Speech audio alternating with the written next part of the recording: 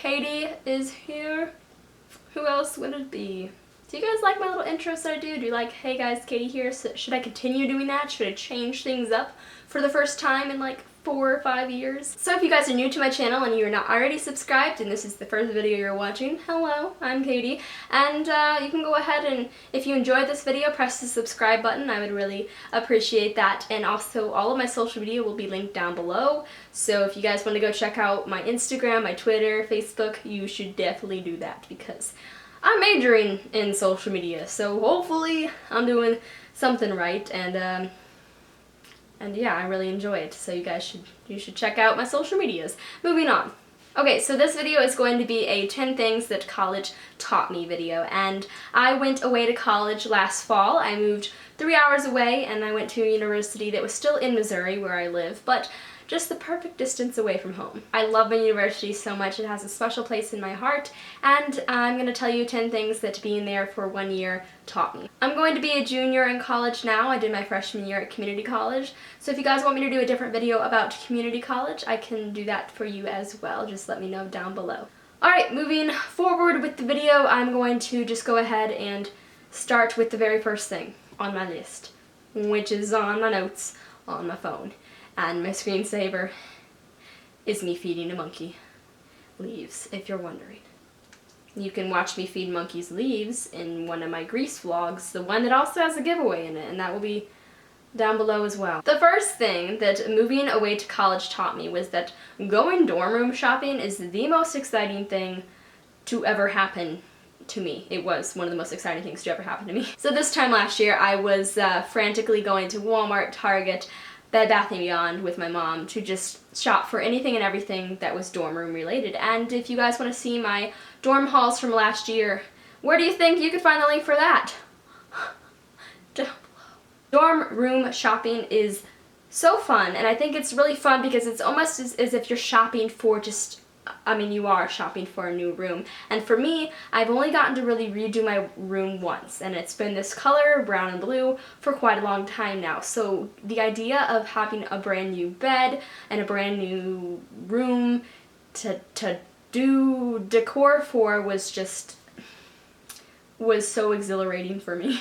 So I just decided to look through Pinterest, and my tip for you is to go on Pinterest or Google and just type in dorm room, cute dorm room, any kind of theme that you think you want your dorm room to be. For me, I typed in like chic dorm rooms, and I knew I wanted a white bedspread, so that's what I did. So my dorm room was adorable, and shopping for it was even more fun than I ever thought it would be.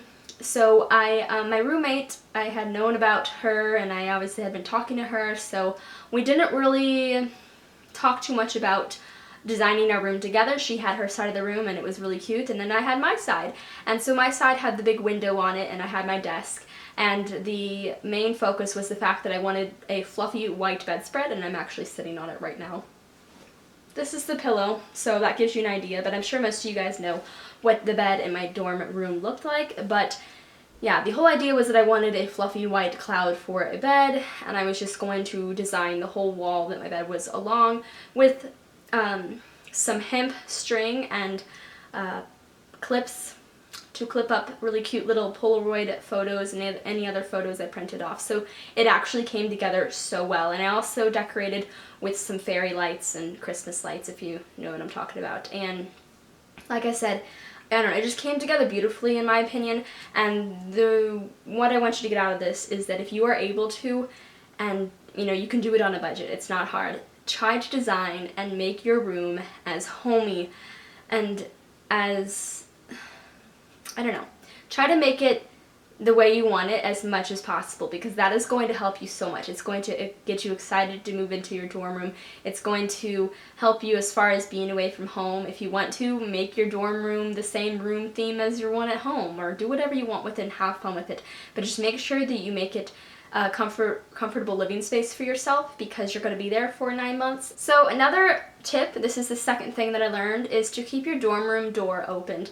For me, I didn't personally keep mine open, but my suite mate, S-U-I-T-E mate, not a S-W-E-E-T mate, A lot of people asked that in my dorm room tour. They're like, what's a suite mate? No, a suite mate. So this is the girl who shared the bathroom with my roommate and I. And she had her own room because she had a stomach condition, and she also had a puppy, which was her service dog. And that was what I got to experience. That was my first semester of college. It was awesome. So because she had this dog, she had a little puppy gate at the front of her door. So she would keep her door open.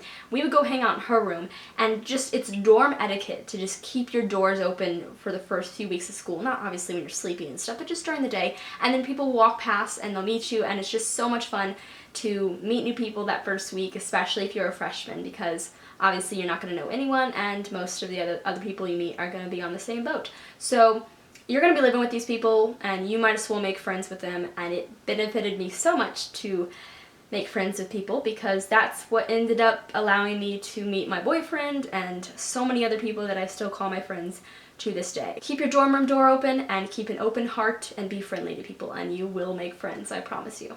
My next tip is to go to class, guys. My next tip for you guys is to go to class. You're gonna have the urge to skip class quite a few times throughout the semesters, I guarantee you. I actually didn't skip at all, I think, first semester. I may have had a few sick days or something, but you, especially at colleges where you have a card where you can swipe in to sign in and then leave, you're gonna be tempted to do that. But I would recommend you to just sit through class, because you never know who you're going to meet. You never know what kind of relationship you can form with your professor. They may end up really liking you and, I don't know, giving you a better grade on your test or something. Regardless, college classes are different. You want to go to them because this is going to be your career someday. Now, I understand that if it's a gen ed class, you may be more tempted to skip it. But especially if you have an attendance policy that requires you to be there for a certain amount of classes, you just need to be aware of that. And that's just something that I thought would stick in there well, and it's a pretty obvious one. But yes, go to class and try to enjoy it as much as you possibly can, because you're not in college just to party. You're there to actually learn, believe it or not. So, moving on. The third tip has to do with eating healthy, and I was going to do a whole video on how I ate healthy this past school year, but it just didn't turn out well. So I'll probably have to do another video on how to eat healthy in college, but this year will be a little bit different for me because I'll be living in an apartment. But last year, obviously, when I was in a dorm room with only a microwave, it was very difficult for me to eat healthy. And towards the end of the school year, I also found myself being so tired of the unhealthy food, Taco Bell, Chick-fil-A, and the dining halls, and all of that food that I was eating. I just kind of stopped eating, which wasn't healthy at all for me. So I have a few tips for you guys real quickly here about eating healthy in college, and especially eating healthy in your dorm room instead of sitting there and eating ramen noodles every night. One thing that you have to remember is that breakfast is really important. And I know that if you have really early morning classes, you're not going to want to eat breakfast. And I always had work really early in the morning, so I found myself not wanting to eat breakfast. But what I would do is just get a big box of granola bars from Costco or Sam's, whatever big bulk item place you have, or just go to, Walmart and just get granola bars or oatmeal. Oatmeal worked really well for me. Every morning I would wake up and try not to wake up my roommate, but I did every time. And I would make oatmeal in the microwave, which is obviously pretty healthy for you. So I would do that, and I put some chia seeds in it. And that was a nice, healthy, and full, kept me full kind of breakfast that I would eat. For lunch, on the other hand, because it is so hard, and I'm sure most of you guys will have a dining hall plan. So if you get to go to the dining hall, go to the dining hall, get the most out of your money, and try to eat healthy at the dining hall. It's very hard to do. But if they have a salad bar, go to that. If they have a sandwich bar, try to get some protein in there. And but most of the time, I was guilty of just getting pizza and french fries.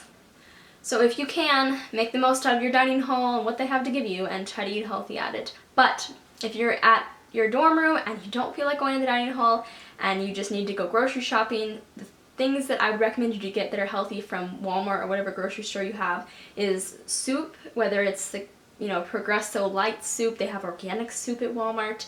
Anything like that. Soup was my hero this past school year. I eat it so often. And you can find soup that has low sodium and isn't so bad for you.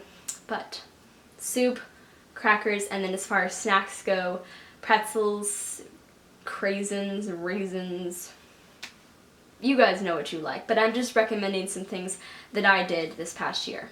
Obviously, fruit is always a must, so if you have it in the budget, try to get some apples. I always stole apples from the dining hall, which you're allowed to do, by the way, just be discreet about it. The next thing that I'm going to talk about is sororities and whether or not you should join them if you're a girl in college or about to attend college. My point of view about sororities has been ever changing over the past year, but what I'm going to tell you right now is that if you think even a little bit that you would enjoy being in a sorority, you need to go through recruitment. You just need to experience it.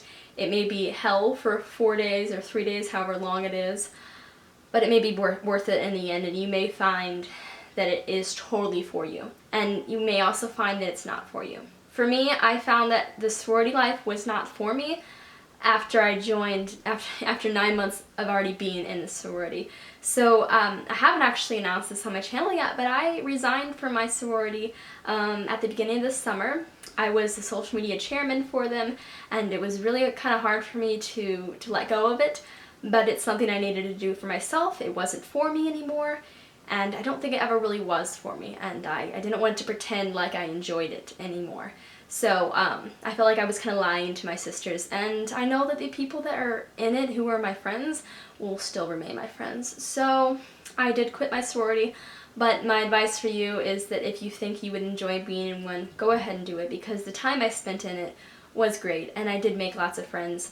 But I think it's more beneficial for freshmen to be in a sorority when you're first going into school, and it's a perfect way for you guys to make friends. But since I was a transfer student and going to the school that my best friend was already going to, it was a little bit of a different experience for me, and I just didn't fit in as well as I thought I would. So I resigned, but no hard feelings, and I still love all my sisters so much. And I recommend you guys to definitely try out Greek life if you think you would enjoy it. Tip number 5 is call your parents or your guardians as often as you can. So you're probably going to miss your family, and some of you may not miss your family. I was so scared that I was going to get extremely homesick, and it turns out that I didn't get homesick at all. And to the point where I would go through like 3 days worth of classes and then like forget I even had a family at home. That's horrible. But it just keeps you so busy. So make sure you guys call your family, FaceTime them as much as you can. You know, at least once a day. Call your mom.